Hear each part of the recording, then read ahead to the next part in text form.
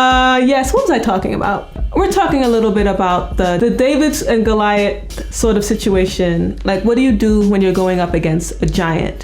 One of the ways that you can go up against a company like Uber is to come in very specialized really quick. A company like Hitch, when they came in to the market, they decided to go where Uber wasn't. And that's one of the easiest ways to compete against a behemoth, is to just go where they're not. So they went in places that maybe Uber is not as prevalent. Maybe they don't go there, or if they do go there, maybe they don't pick up from there. And then it's also areas where, like, say, transportation just is non-existent at like 3 o'clock in the morning, which is like all of France. So Hitch decided to address this market and slowly begin to have a following, or create, a nice relationship with the customers that Uber is not really tending to. So that when Uber decides to start to grow its company outside the confines of the major cities, there's already a company there that is dominant.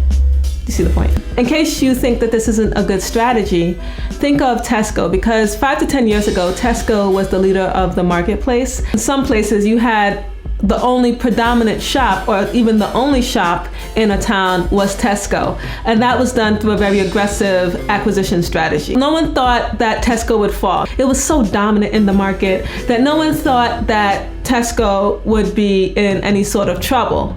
And then Lidl and Aldi came in. They definitely got a foothold in the market by being specialized. They get put extremely cheap food on the market in the UK, and then all of a sudden they started to chip away at the low price point that Tesco had. Maybe the point is not to have the biggest market, rather than to get a stakehold in a market. Because once you have a stakehold in the market, then you can build from that.